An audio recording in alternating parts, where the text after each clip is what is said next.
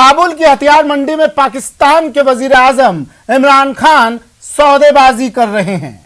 पाकिस्तान की सरकार तालिबान के हाथ लगे अमेरिकी हथियार खरीद रही है, इसलिए नहीं कि वो अपनी सेना को मजबूत कर सकें, बल्कि इमरान खान एंड कंपनी को उन्हीं के पाले हुए आतंकी आंख दिखाने लगे हैं।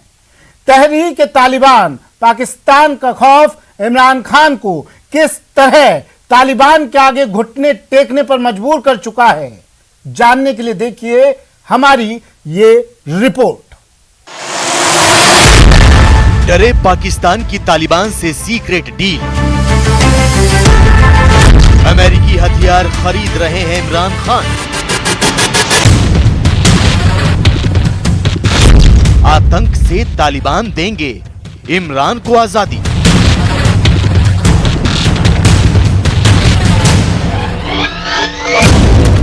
अफगानिस्तान को तालिबान के हाथों तबाह करने के बाद पाकिस्तान अब वहां की जनता का खैर ख्वाह बनने का ढोंग रच रहा है। ट्राइका प्लस की मीटिंग के जरिए अफगानिस्तान की दशा और दिशा सुधारने पर चीन, रूस और अमेरिका के साथ पाकिस्तान गंभीर मंथन करने का नाटक कर रहा है। भारत ने 7 देशों के साथ अफगानिस्तान के मुद्दे पर सम्मेलन का आयोजन किया, तो खुद को अफगानिस्तान का ठेकेदार साबित करने के लिए पाकिस्तान ने भी वहां के हालात पर चर्चा के लिए मीटिंग बुलाई।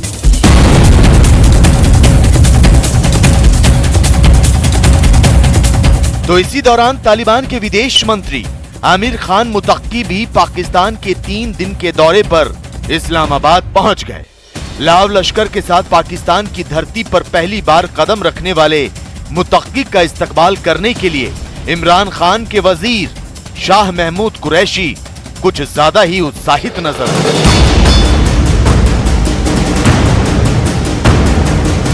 पाकिस्तान के विदेश मंत्री शाह महमूद कुरैशी की माने तो अफगानिस्तान की हालत बहुत खराब है। अफगानिस्तान आर्थिक पतन के कगार पर है, लिहाजा तालिबान की मदद के लिए दुनिया के तमाम देशों को हाथ आगे बढ़ाना चाहिए। लेकिन शाह महमूद कुरैशी शायद ये भूल रहे हैं कि उनके मुल्क की हालत भी कुछ कम खराब नहीं।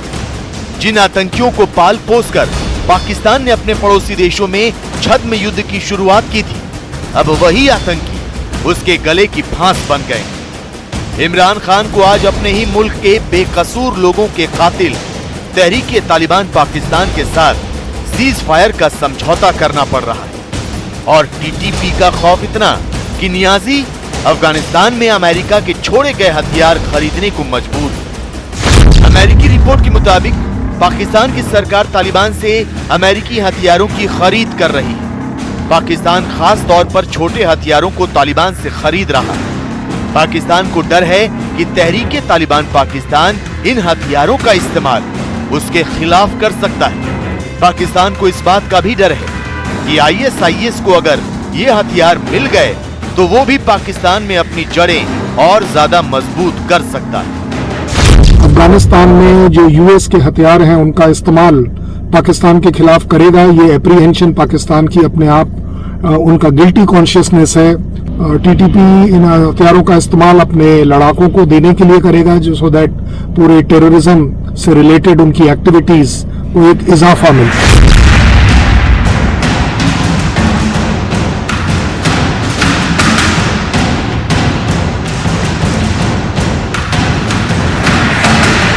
अमेरिकी सेना भारी मात्रा में हथियार अफगानिस्तान में छोड़कर चली गई थी। यही नहीं, अफगान आर्मी ने भी जब सरेंडर किया था तो ये हथियार तालिबान के हाथ लग गए, जिनके बूते तालिबान ने बद्री ब्रिगेड जैसी हाईटेक सैन्य टुकड़ी बना दी। और जो हथियार बच गए वो काबुल के बाजारों में बेचे जाने लगे। पाकिस्तान को जैसे ही इस बात की भनक लगी कि अमेरिका के अत्याधुनिक हथियारों की काबुल में मंडी सजी हुई है, तो उसके कान खड़े हो गए। पाकिस्तान की हुकूमत ने फौरन तालिबान से संपर्क साधा और उनसे इन अमेरिकी हथियारों की खरीद की डील कर ली, क्योंकि पाकिस्तान को अच्छी तरह पता है कि ये अमेरिकी हथियार अगर टीटीपी या ISIS के हाथ लग गए तो उसकी खैर नहीं। पाकिस्तान की मीडिया रिपोर्ट के मुताबिक अफगानिस्तान में दूसरी बार तालिबान राज की स्थापना के बाद पाकिस्तान में टीटीपी ने आतंकी हमले तेज कर दिए। साल 2021 में टीटीपी के हमलों में 73% का इजाफा दर्ज किया गया है। इसी साल सितंबर में हुए 9 में से 8 आतंकी हमलों की जिम्मेदारी टीटीपी ने ली। तो इमरान खान की चिंता का सबब यह है कि टीटीपी के निशाने पर पाकिस्तान की सेना।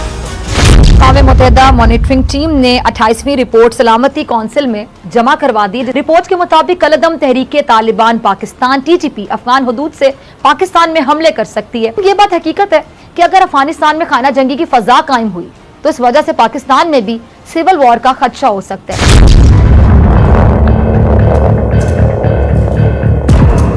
अब अगर पाकिस्तान की सेना पर होने वाले हमलों और उत्तरी वजीरिस्तान जैसे इलाकों में टीटीपी के आतंक को कम करना है तो इमरान खान को इस आतंकी संगठन पर नकेल कसनी होगी। लिहाजा इमरान खान एक तरफ तो टीटीपी से संघर्ष विराम पर बातचीत कर रहे हैं तो दूसरी तरफ उसके मददगार तालिबान से अमेरिकी हथियार खरीद कर उसे कमजोर करने की कोशिश कर रहे हैं। हालांकि पाकिस्तान तालिबान से खरीदे गए इन हथियारों का क्या इस्तेमाल करेगा ये भी सबको पता है।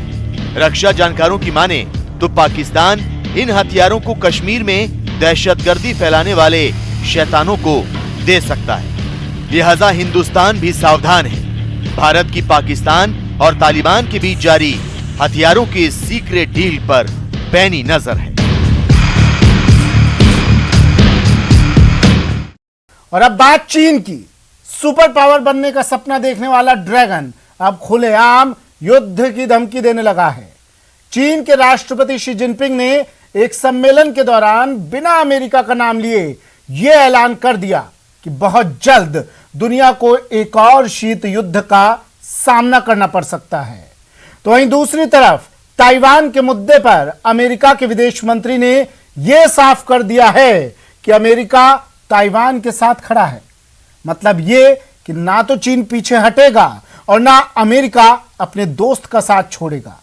ऐसे में सवाल यह कि जिनपिंग की शीत युद्ध वाली धमकी बहुत जल्द सच तो नहीं साबित होने वाली।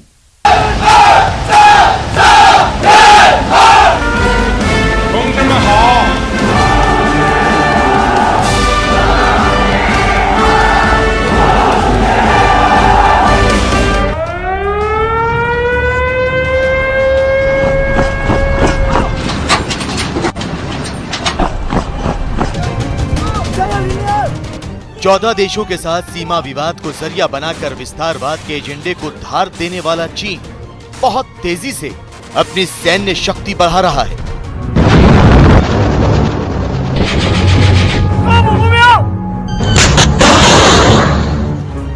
ताइवान पर कब्जा करने का मंसूबा पाले चीन वहां लगातार घुसपैठ करने के साथ सुपर पावर अमेरिका को भी युद्ध के लिए ललकार रहा है।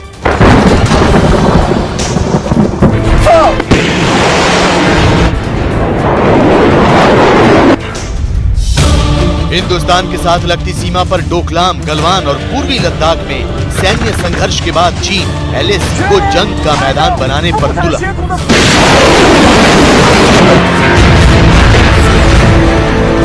जमीन से लेकर समंदर और आसमान से लेकर अंतरिक्ष तक चीन अपनी ताकत दिखाकर दुनिया को ब्लैकमेल करना चाहता है। चीन चाहता है कि पूरी दुनिया उसके हुक्म की तामील करे। चीन चाहता है कि वो आगे आगे और बाकी देश उसके पीछे पीछे चले। चीन खुद को विश्व की महाशक्ति के तौर पर स्थापित करना चाहता है। लिहाजा चीन के राष्ट्रपति शी जिनपिंग अब कुछ ज्यादा ही आक्रामक हो गए। 人民也绝不允许任何外来势力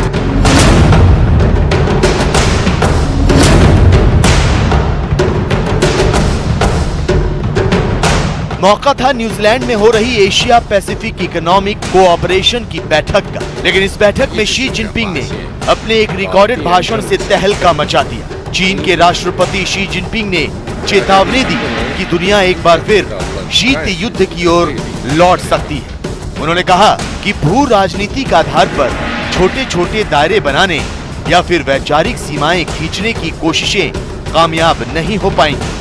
एशिया प्रशांत क्षेत्र को शीत युद्ध जैसे बंटवारे और विवाद में ना तो पड़ना चाहिए और ना वो पड़ सकता है। शी जिनपिंग का इशारा साफ था। वो पूरी दुनिया को ये बता देना चाहते हैं कि चीन के किसी भी फैसले के खिलाफ जाना युद्ध का कारण बन सकता है। चीन की बात और उसके फैसले मानने में ही सबकी भलाई।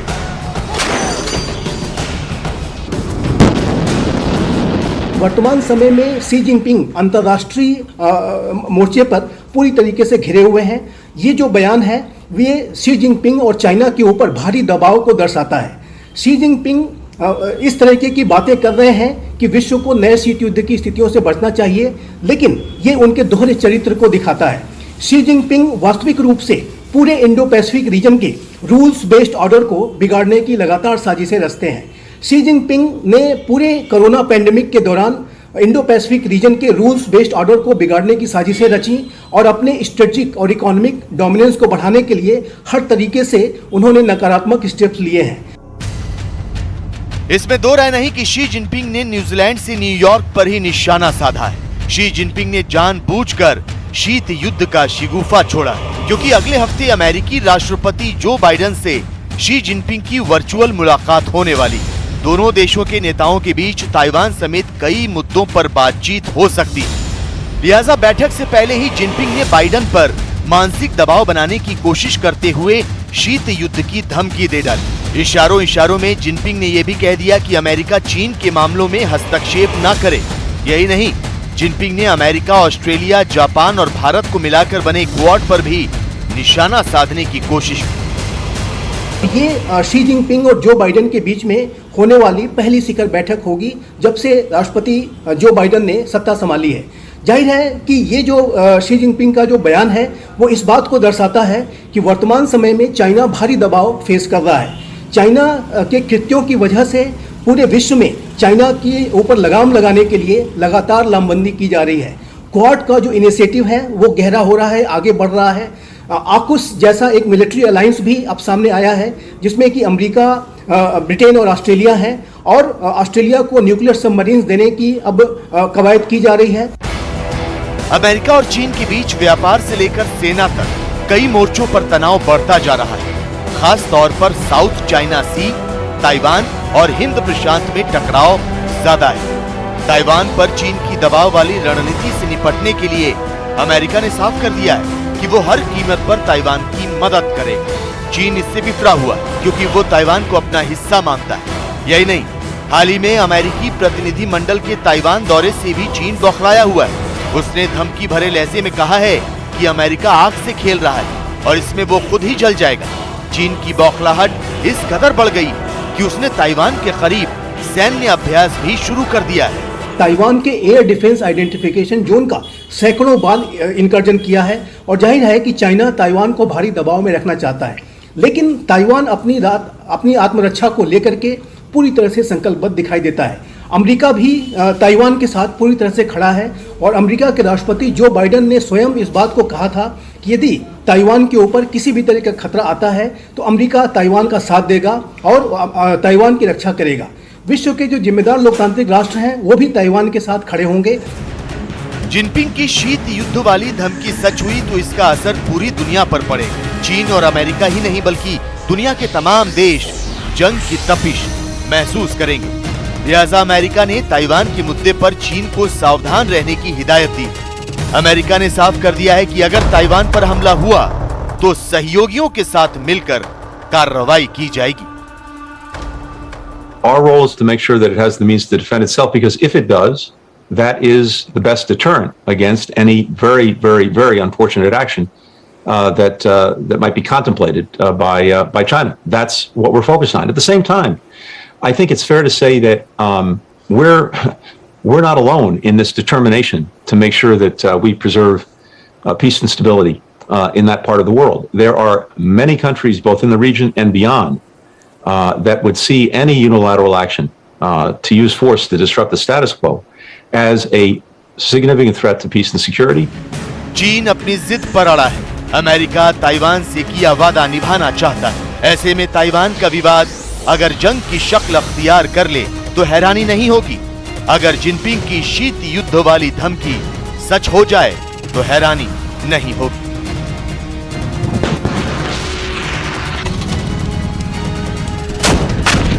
चीन अमेरिका को अपनी तैयारियों के साथ साथ जासूसी कंपनियों के जरिए भी परेशान कर रहा है।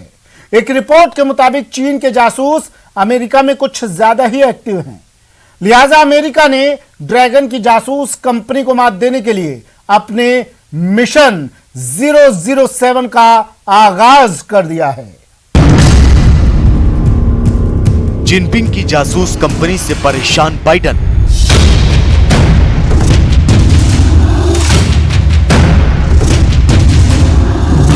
अब चीन से निपटेगा अमेरिकी मिशन सेंटर। चीन अमेरिका से सिर्फ संभावित युद्ध की तैयारियां ही नहीं कर रहा, चीन अमेरिका की सैन्य शक्ति से मुकाबला करने के लिए अपनी ताकत ही नहीं बढ़ा रहा, बल्कि शी जिनपिंग की जासूस कंपनी अमेरिका की हर हलचल पर नजर रखे हुए है। चीन ने लगभग 2 दशक के दौरान एक ऐसा जासूसी तंत्र विकसित कर लिया है जिसे तोड़ने में अमेरिका के पसीने छूट रहे हैं। चीन के राष्ट्रपति शी जिनपिंग की साजिशों को नाकाम करने में अमेरिकी एजेंसियों को नाको चने चबाने पड़ रहे हैं। अमेरिकी खुफिया एजेंसी CIA भी लाचार नजर आ रही है, जबकि चीनी जासूसों ने अमेरिका में अपनी पैठ बनाई हुई है। एक टॉप सीक्रेट अमेरिकी खुफिया रिपोर्ट की माने तो राष्ट्रपति जो बाइडेन के लिए चीन अब एक पहेली बन गया है।